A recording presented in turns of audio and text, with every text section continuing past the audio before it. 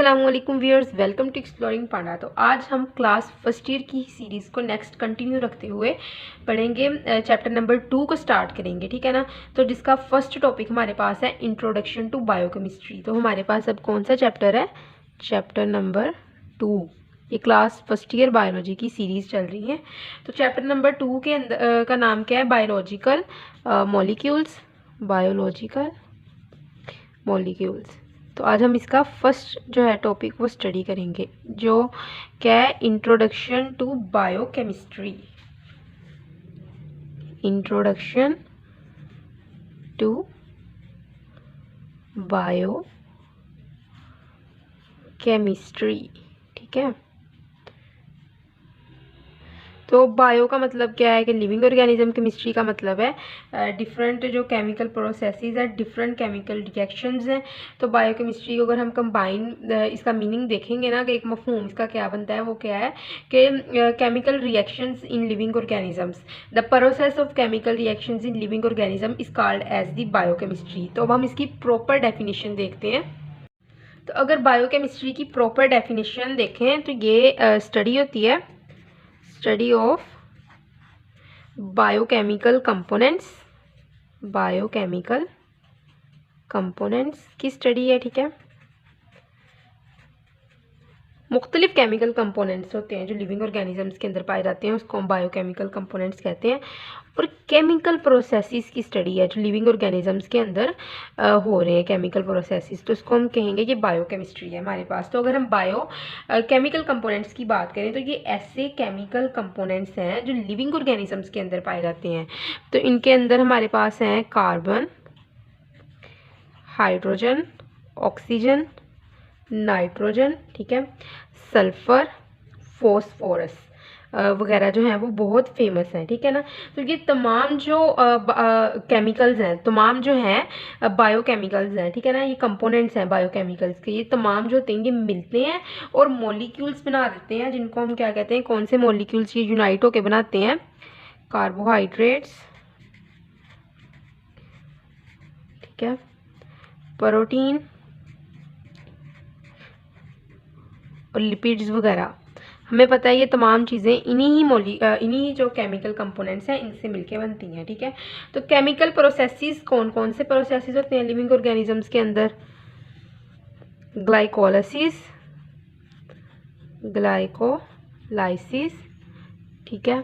Glycolysis के अलावा हमारे पास होते हैं फोटोसिंथेसिस, क्रब्स साइकिल, ठीक है। क्रब्स साइकिल होता है लिविंग ऑर्गेनिज्म के अंदर, फोटोसिंथेसिस का प्रोसेस होता है, ठीक है। तो ये तमाम जो प्रोसेसेस हैं ये लिविंग ऑर्गेनिजम्स के अंदर होते हैं और इनकी जो स्टडी होती है ना इन तमाम की, इसको हम कहते हैं, हमारे पास क्या है? बायोकेमिस्ट्री, ठीक है ना। तो तमाम जो ऑर्गेनिज्म का स्ट्रक्चर, तो ऑर्गेनिज्म का जो पूरा स्ट्रक्चर होता है ना, उस स्ट्रक्चर की एक प्रॉपर जो है वो बायोकेमिकल ऑर्गेनाइजेशन होती है। तो बायोकेमिकल ऑर्गेनाइजेशन क्या होगी? इसका मतलब है कि अरेंजमेंट होती है मॉलिक्यूल्स की, ठीक है ना। उस ऑर्गेनिज्म के अंदर प्रॉपर अरेंजमेंट होती है मॉलिक्यूल्स की। तो इसके लेवल हमें पता है बायोकेमिकल ऑर्गेनाइजेशन के क्या है? Atom level, molecule level, organelle level, cell level, tissue, organ system तो कंटिन्यू रहता है, ठीक है। तो बायोकेमिकल ऑर्गेनाइजेशन इसको हम कहेंगे। तो केमिस्ट्री की जो स्टडी है वो एक्सप्लेन करती है प्रोसेसेस, फोटोसिंथेसिस के प्रोसेसेस को, रेस्पिरेशन के प्रोसेसेस को, और उसके अलावा डाइजेशन वगैरह के प्रोसेसेस को ये स्टडी जो है वो एक्सप्लेन करती है, ठीक है। तो अगर हम बात करें यहाँ पे अब second types of compounds, types of compounds, हम देखते हैं यहाँ पे कौन कौन से कंपाउंड्स होते हैं लिविंग ऑर्गेनिजम्स के अंदर। तो तमाम लिविंग थिंग जो होती हैं ये मिलके बनी होती हैं केमिकल कंपाउंड्स से, ठीक है ना। तो ये केमिकल कंपाउंड्स या ऑर्गेनिक होंगे, ठीक है, ऑर्गेनिक कंपाउंड्स होंगे, या फिर ये केमिकल कंपाउंड्स जो बॉडी के अंदर पाए जाते हैं ये इन ऑर्गेनिक कंपाउंड्स होंगे, ठीक है। तो अगर हम बात करें कि ऑर्गेनिक कंपाउंड्स कौन से कंपाउंड्स होते हैं? ऐसे कंपाउंड्स, ऐसे मॉलिक्यूल्स जिनके अंदर कार्बन, और हाइड्रोजन दोनों इकट्ठे पाए जाते हैं, कार्बन और हाइड्रोजन पाए जाते हैं, इकट्ठे पाए जाते हैं, उसको हम कहते हैं हमारे पास ये ऑर्गेनिक कंपाउंड है। ठीक है, और इसके अंदर आते हैं हमारे पास कार्बोहाइड्रेट्स, ऑर्गेनिक कंपाउंड की ये एग्जांपल है, protein, lipid and nucleic acid. Protein, lipid, nucleic acid हमें पता है किसको कहा जाता है, न्यूक्लिक एसिड कहा जाता है डीएनए को, और आरएनए को न्यूक्लिक एसिड कहते हैं। ठीक है, तो नेक्स्ट हम बात करते हैं इनऑर्गेनिक कंपाउंड की। इनऑर्गेनिक कंपाउंड कौन से कंपाउंड होते हैं, ऐसे कंपाउंड जिनके अंदर कार्बन और हाइड्रोजन इकट्ठा नहीं पाया जाता। ठीक है ना, together in which carbon and hydrogen do not occur together. ठीक है ना, इनके अंदर इकट्ठा नहीं पाया जाएगा कार्बन और हाइड्रोजन। तो इनऑर्गेनिक कंपाउंड हमारे पास कौन से हैं, वाटर, वाटर के अंदर हाइड्रोजन और ऑक्सीजन पाया जाता है लेकिन कार्बन नहीं पाया जाता है। ठीक है, कार्बन डाइऑक्साइड, कार्बन डाइऑक्साइड के साथ अंदर कार्बन और ऑक्सीजन पाया जाता है लेकिन हाइड्रोजन नहीं पाया जाता है। ठीक है, और सीवरल साल्ट्स होते हैं इनऑर्गेनिक जो होते हैं नेचर के अंदर। ठीक है, तो अब हम बात करते हैं केमिकल एक्टिविटीज़ की। इन केमिकल्स की जो एक्टिविटीज़ होती हैं उनकी अब हम बात करते हैं। तो यहाँ पे अब हम बात करते हैं केमिकल एक्टिविटीज़ की। केमिकल एक्टिविटीज़, केमिकल एक्टिविटीज़ की यहाँ पे हम बात करते हैं। तो बहुत से ऑर्गेनिज्म इन्वायरमेंट से केमिकल लेते हैं। कहाँ से लेते हैं, इन्वायरमेंट से। Many organisms take chemicals from their environment. They make chemical of their cell. वो इन केमिकल से जो इन्वायरमेंट से लेते हैं इनसे वो अपने ही सेल का केमिकल बनाते हैं। ठीक है ना, तो ये क्या करते हैं, ये सेल जो होते हैं वो आहिस्ता आहिस्ता नए सब्सटेंस बनाते रहते हैं। ठीक है ना, तो इन सब्सटेंस को ये इस्तेमाल करते हैं नए जो है वो सेलुलर कंपोनेंट्स बनाने के लिए। तो जिस तरह के हम बात करते हैं कि बहुत से ऑर्गेनिज्म जो हैं वो इन्वायरमेंट से कार्बन लेंगे, हाइड्रोजन लेंगे, नाइट्रोजन लेंगे, फॉस्फोरस लेंगे, सल्फर लेंगे। ठीक है, तो ये अब उन्होंने ये बायोकेमिकल्स ले लिए हैं। अब ये इनको यूज़ करके ना नए सब्सटेंस बनाएंगे, सेल के नए पार्ट बनाएंगे। ठीक है ना, तो और इनसे फिर या फिर इन्हीं कंपाउंड से जो है वो एनर्जी हासिल करेंगे। जिस तरह के पहले हम एनर्जी की बात करते हैं उसके बाद हम बात करते हैं कि इन कंपाउंड से किस तरह नए पार्ट्स बनते हैं। तो अगर हम एनर्जी की बात करें, जो यूकैरियोट्स हैं जिस तरह के हम हैं, अपनी खुराक हम खुद तैयार नहीं कर सकते। अब हमें एनर्जी चाहिए, रेस्पिरेशन जो है वो करनी है हमने। ठीक है ना, तो उससे उसमें क्या होगा कि जो खुराक लेंगे ना हम आउटसाइड से लेंगे, खुराक in the form of glucose. ठीक है, ये एक केमिकल बायोकेमिकल कंपोनेंट हमने बाहर से ले लिया है ग्लूकोज।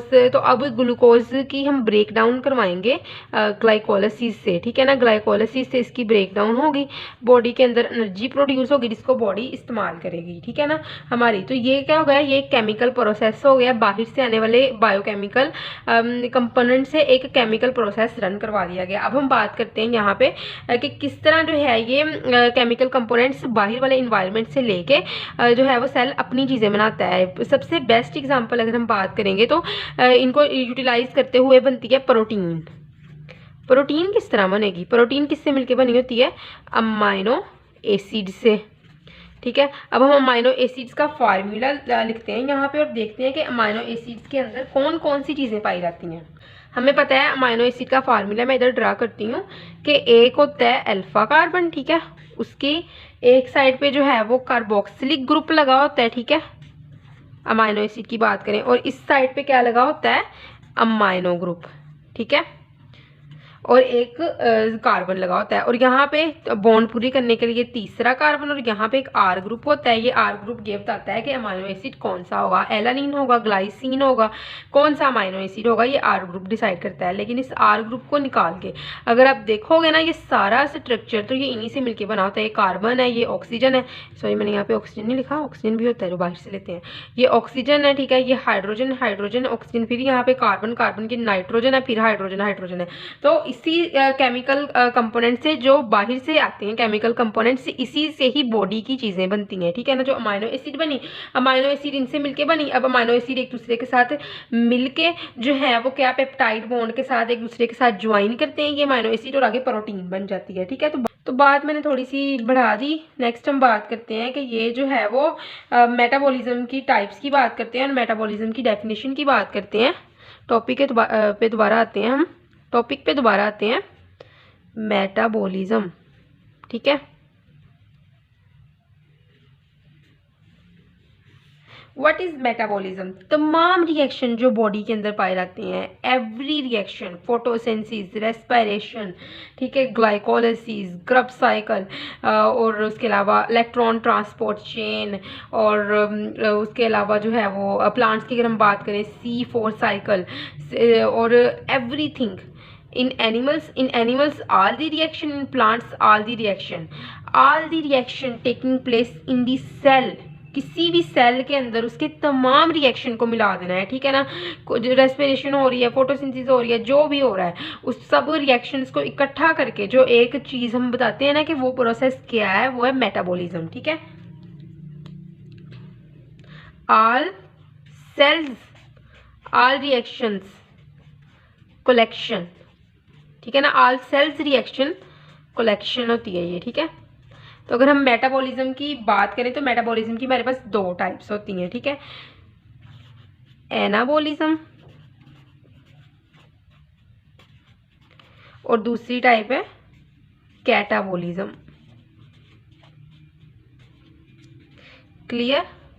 तो अगर हम एनाबॉलिज्म की बात करें तो एनाबॉलिज्म के अंदर क्या होता है कि सिंपल जो है ना मॉलिक्यूल, ठीक है ना, वो क्या करेंगे, वो मिलेंगे, सिंपल टू कम्प्लेक्स का ये सफ़र होता है, ठीक है, simple to complex, simple molecule join करके कॉम्प्लेक्स मॉलिक्यूल्स बनाते हैं, ठीक है ना। तो इसकी जो बेस्ट एग्जांपल है एनाबॉलिज्म की, वो है हमारे पास फोटोसिंथेसिस। फोटोसिंथेसिस के अंदर हमें बहुत बचपन से ही हम पढ़ते आ रहे हैं, बहुत देर से हम पढ़ते आ रहे हैं कि जो है वो कार्बन डाइऑक्साइड मिलती है जी, फिर वाटर मिलता है, फिर उसके बाद क्या होता है, सनलाइट की मौजूदगी में ये सारी चीज़ें कंबाइन करती हैं, ग्लूकोज बनता है, ठीक है ना, और ऑक्सीजन जो होती है वो रिलीज होती है। तो ये क्या होता है, कार्बन डाइऑक्साइड और वाटर मिलके क्या बना रहे हैं, ग्लूकोज बना रहे हैं, ठीक है। तो अगर हम बात करें नेक्स्ट कैटाबॉलिज्म की, तो कैटाबॉलिज्म के अंदर क्या होता है, complex C4 complex, C4 catabolism. तो उसके अंदर कॉम्प्लेक्स पहले आएगा, C4 complex, C4 catabolism, complex टूटता है सिंपल के अंदर, ठीक है।